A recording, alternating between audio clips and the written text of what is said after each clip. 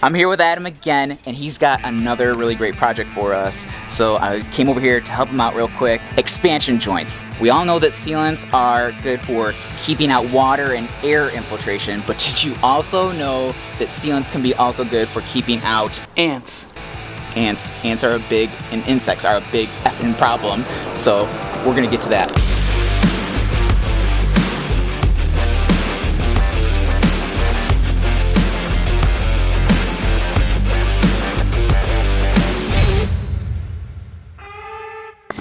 Alright, so this is where they were getting in, right? So this is the problem area. Full infestation. Full infestation. Hundreds were coming in straight down the wall. Summertime got hot, humid real quick, which put them into breeding mode. Ew. So tons of flying ants were all over the basement. It was a nightmare. I'm actually seeing a lot of dead bodies here. Yeah, the war happened right here.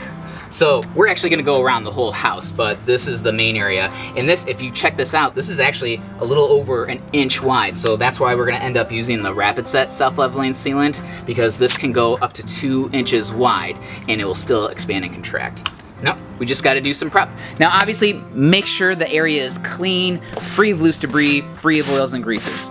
But chances are that with an expansion joint project, you're going to have a bunch of accumulated soil and dirt packed into those expansion joints. The absolute best tool that I have found to clean those joints out is just this simple little tool made out of 1/4 inch plywood. It's like 4 inches by 4 inches, and I've actually made 2 of them. One with a 1/2 inch by 1/2 inch tab, and one with a 1 inch by 1/2 inch tab.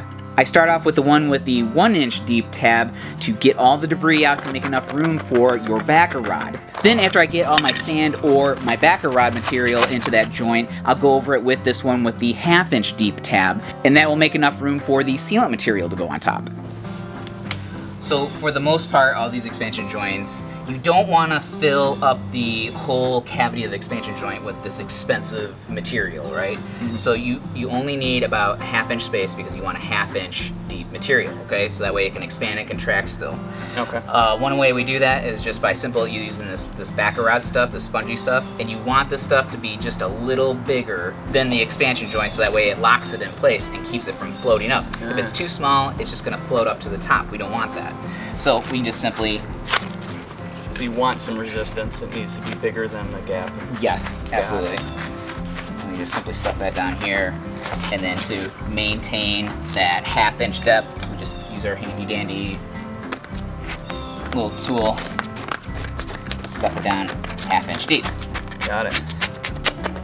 But in a case like this over here, where there's just a ton of space going down almost basically to your basement and your foundation, right, we're just going to fill this up with sand. Okay.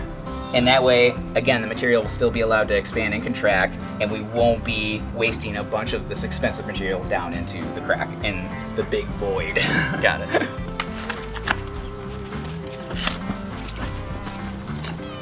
This the right one?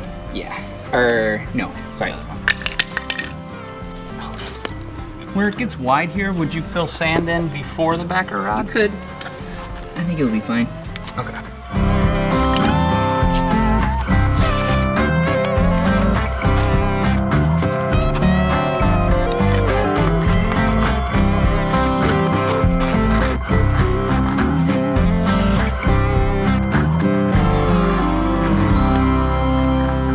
Now, I know that everyone knows how to cut the tip off of a regular caulk tube and puncture the seal that's inside there with a puncturing device. But this one's just a little different. You're still going to cut the tip off at an angle, and remember, the farther up you go, the bigger the hole you're going to make. The farther down you go, the smaller the hole you're going to make. But you also have to cut the tip of this nipple off. Don't cut the threads, and that will open up this seal. Then you just screw the nozzle back on. Alright, so piping this stuff is very euphoric, and it's very fun to do, but there are some things that you want to keep in mind when you're doing this to not make a huge, bloody, expensive mess. And something that... So, we're gonna start piping this stuff, and this new nozzle is going to mix the two-part components in here as it pipes out. But one thing is, when you are piping and then you come to the end of a line, stop, release the pressure, and then get your rag out and then get it underneath that nozzle to catch the drips, because you're gonna get some big, stretchy, boogery drips, and it's gonna get all over the place if you're not careful. So then you can stop all that just by simply putting a rag on the tip and then going away. If I do make a mess, can I clean it up? That's a very good question. You can with this stuff. It's with acetone cleanup, and get to it right away. Another thing you do too is when you're at the end of a run, kind of stop and roll the booger off. Got it. And then get the rag under there. That's also a good tip too. Okay. You want to go easy on the trigger. And see how I'm kind of like trying to keep the nozzle in the material? Yeah. That prevents introducing air and air bubbles into it. Oh, okay. So instead of like kind of going a little far away, that can produce quite a bit of air. Okay.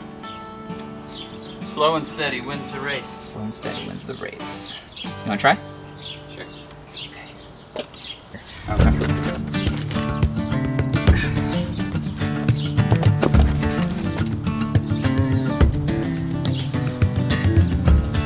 How full are we trying to? You want to try to get flush with the top, so that way the water will run off.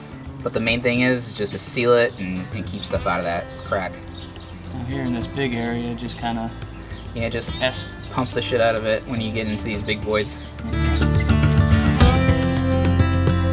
Now obviously we could like puncture a bigger hole in the nozzle, but we've got quite a few skinny, narrow slots to get into, so we want to keep it small.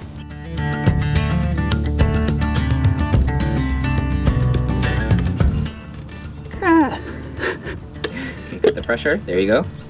Now keep it right there and grab the rag. Get it underneath there. There you go. Nice.